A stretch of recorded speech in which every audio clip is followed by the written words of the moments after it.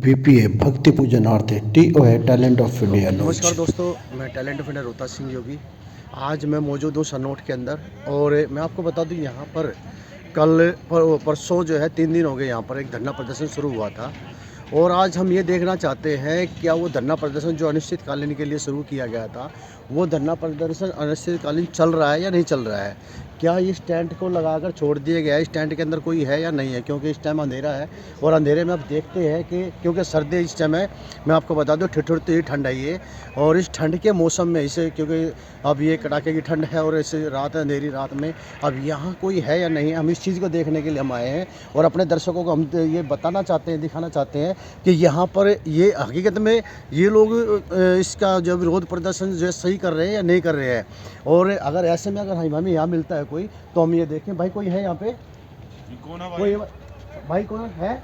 हाँ भाई, हाँ जी, हाँ जी, हाँ जी। एक लाइट है भाई यहाँ, लाइट देखो भाई। आप ये देख रहे भाई। राम राम भाई,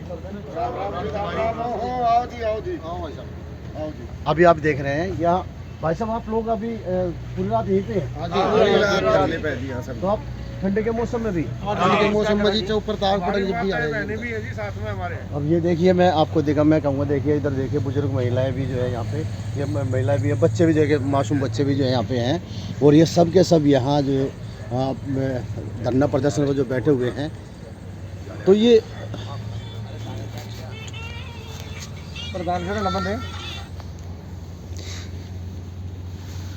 आप सो रहे हैं जाग रहे हैं? जाग रहे हैं जी, उठ गई। आप इस ठंड में?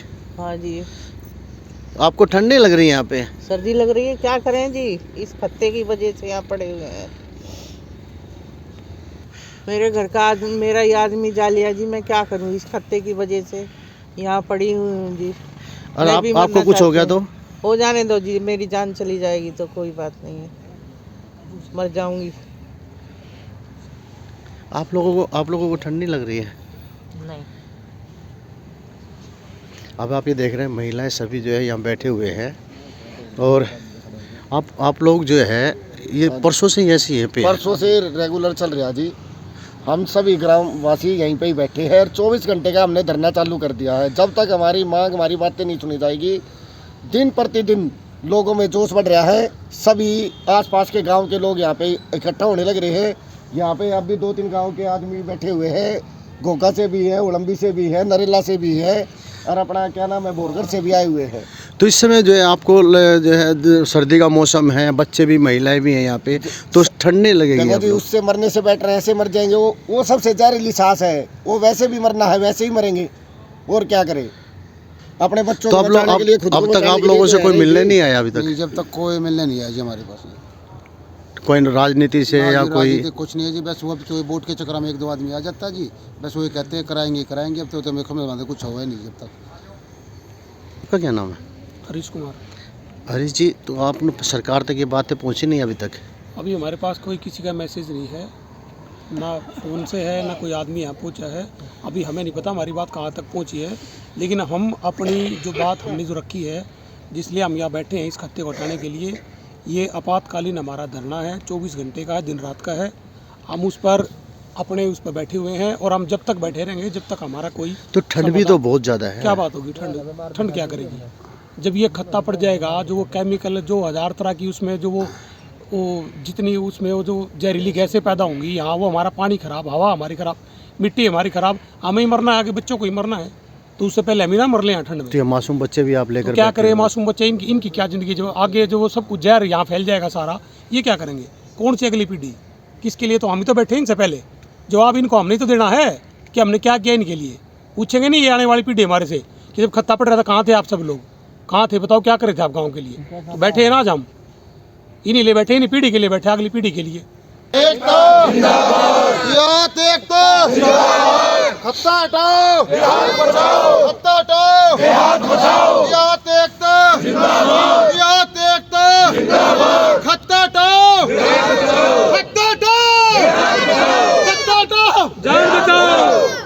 क्या नाम आपका? मेरा नाम दिव्यम डबास है। तो बेटा आपको ठंड नहीं लग रही है यहाँ? जरूर लग रही है। फिर आप घर क्यों नहीं जा रहे? क्योंकि मेरे मम्मी पापा यहीं पे है। क्यों बैठे हैं यहाँ? यहाँ पे एक खत्ता है, कूड़े का घर बना रहे हैं। मेरे को भी यहाँ पे परेशानी होती है। क्या नाम आपका? मैं अक्षित। अक्षित, पढ़ते हैं आप? हाँ। तो आप रात में ठंड नहीं लग रही है आपको यहाँ? नहीं। क्यों? आप क्यों बैठे हैं यहाँ पे? जब मेरे सारे चाचा ताऊ मम्मी पापा यही है तो मैं घर पे अकेला क्या करूँगी। क्यों बैठे हैं यहाँ पे? ये जो इतना बड़ा पहाड़ है खत्ते का, हम सुबह स्कूल जाते हैं तो बहुत गंदी बदबू आती है, तो ये उसके विरोध में मैं यहाँ बैठूँ। तो हम बाहर खेलने जाते हैं, हम खेल भी नहीं पाते, सांस की दिक्कत होती है, बहुत सारी बीमारियाँ भी फैलती है इससे, तो उसके विरोध में मैं यहाँ बैठूँ। तो आप यहीं बैठे रहेंगे? हाँ। क्या नाम आपका? मेरा नाम हिना है। हिना, आप ठंड में क्या घर पे नहीं? नहीं सर, मुझे घर पे नहीं जाना सर। क्यों? क्योंकि मेरे गांव वासी और मेरे सभी माता पिता, मेरे ताऊ चाचा सब यहाँ प्रदर्शन के लिए बैठे, तो हम घर पे क्या करेंगे। जब हमें सांस लेने में प्रॉब्लम है, मेरे बुजुर्ग परिवार से सब, उनको भी हार्ट अटैक की हर चीज़ की प्रॉब्लम हो रही है इस खत्ते की वजह से। घर में पूजा पाठ करते हैं, पशु पक्षी जैसे कि कुछ उधर से उठा के ले आते हैं, घर में फेंक देते हैं, तो हमें वो चीज़ पसंद नहीं है ना। तो कब तक बैठे रहेंगे आप? सर, जब तक हमें अपना इंसाफ नहीं मिलेगा तब तक हम यहाँ बैठेंगे अपने प्रदर्शन के लिए। तो ठंड में अगर तबीयत कोई बिगड़ेगी तो? प्रॉब्लम नहीं है सर, हम मर जाएंगे उससे पहले। हमारे परिवार वाले बीमार हो रहे हैं तो हम जी के क्या करेंगे सर। आपका? राजबाला।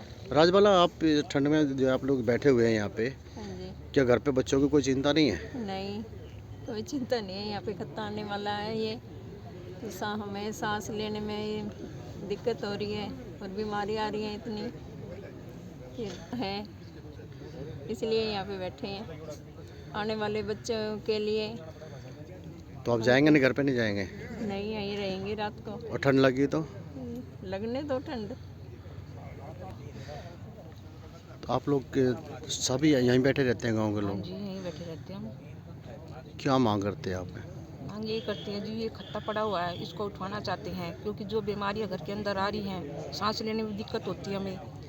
वो जी, हम जैसे पूजा पाठ करते हैं, ऊपर चढ़ते हैं छतों पे, गंदगी पाई जाती है जिससे कि हमें अच्छा नहीं लगता।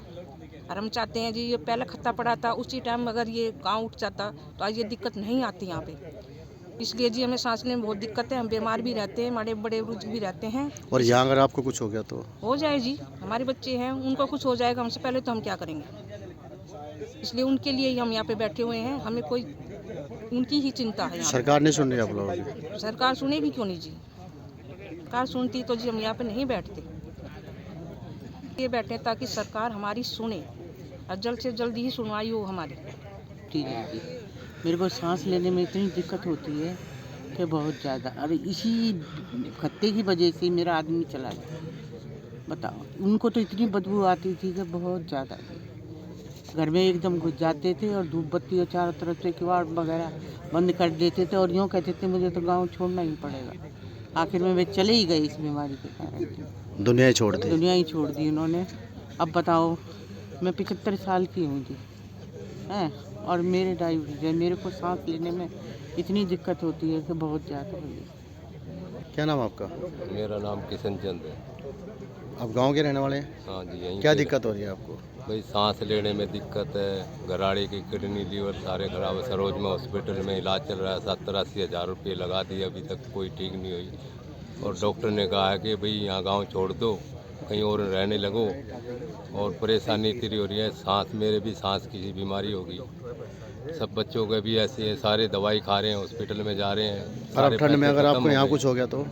भाई क्या होगा, मरना तो है ही, इस खत्ते को हटा के छोड़ देंगे हम लोग। जैसे हाँ, इस खत्ते की वजह से मेरे को सांस नहीं आता। हाँ बिल्कुल, ये खत्ता उठना चाहिए। अब कमिला आ रहा है गाजीपुर का, यहाँ गिर रहे हैं 2 सीट, मर जाएंगे कत्ती, बिल्कुल मर जाएंगे हम तो। नाम क्या आपका? मेरा नाम रणबीर सिंह है। रविंदर जी, ठंड का मौसम है और ऐसी ठिठुरती ठंड में आप लोग यहाँ बैठे हुए हैं,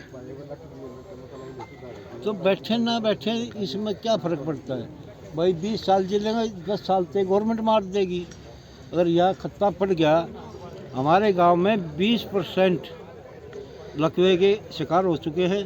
और 40% सर्वे कराओ गवर्नमेंट, 40% सांस के मरीज हो चुके हैं। ये बुढ़ापे में हमने कहाँ जाना है? हमने तो पहले मर जाना है। मर जाएंगे लेकिन खत्ता यहाँ नहीं डलना है। हमारी उम्र कितनी बाकी है? 70 साल बोलिए, और 5 साल कम से कम खुली सांस तो ले लें। गवर्नमेंट हमारी सांसों छीनने के चक्कर में है। ये गांव को छोड़कर कहाँ जाएं? हमारे बच्चे कहाँ जाएं?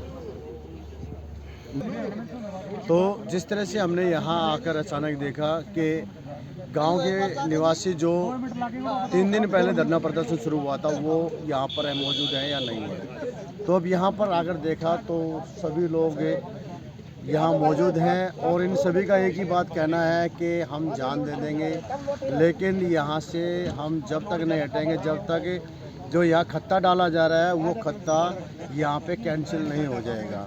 और उसके साथ साथ क्योंकि लोगों ने अपनी चिंता जाहिर की है कि गांव के अंदर जो बीमारियां हैं वो बढ़ती जा रही है, अस्थमा की है, एलर्जी की है, अपंगता की है, और भी कई तरह की बीमारियां हैं। वहीं महिलाओं ने अपनी बातें रखी है कि घरों के अंदर जो पक्षी हैं, चील कौवे हैं, वो वहाँ से कुछ भी गंद उठाकर लाकर घरों के अंदर डाल देते हैं। तो इस तरह की समस्या यहाँ गांव के लोगों ने बताई है। अब देखना होगा कि इस ठिठुरती ठंड के अंदर, कि दिसंबर का महीना सबको पता है कि दिसंबर और जनवरी के महीने में बहुत ही कड़कड़ाती हुई ठंड पड़ती है। ऐसे में अब मासूम बच्चे भी यहाँ पर बैठे हुए हैं, छोटे छोटे मासूम बच्चे भी यहाँ पर हैं। तो वो भी चीज़ें जो है देखकर मन थोड़ा सा दुखी होता है कि ऐसे उसमें इन मासूम बच्चों को भी इस मांग को करना पड़ रहा है। और सरकार अगर देख सकती है तो देखिए, और सुन सकती है तो सुनिए, नहीं तो लगता है कि सरकार गूंगी और बहरी हो चुकी है। और यही चीज़ अगर दर्द नज़र नहीं आया तो शायद कहीं ना कहीं लगता है कि आने वाला समय और भी ज़्यादा भयंकर हो सकता है। तो मैंने रेड टैलेंट ऑफ इंडिया के साथ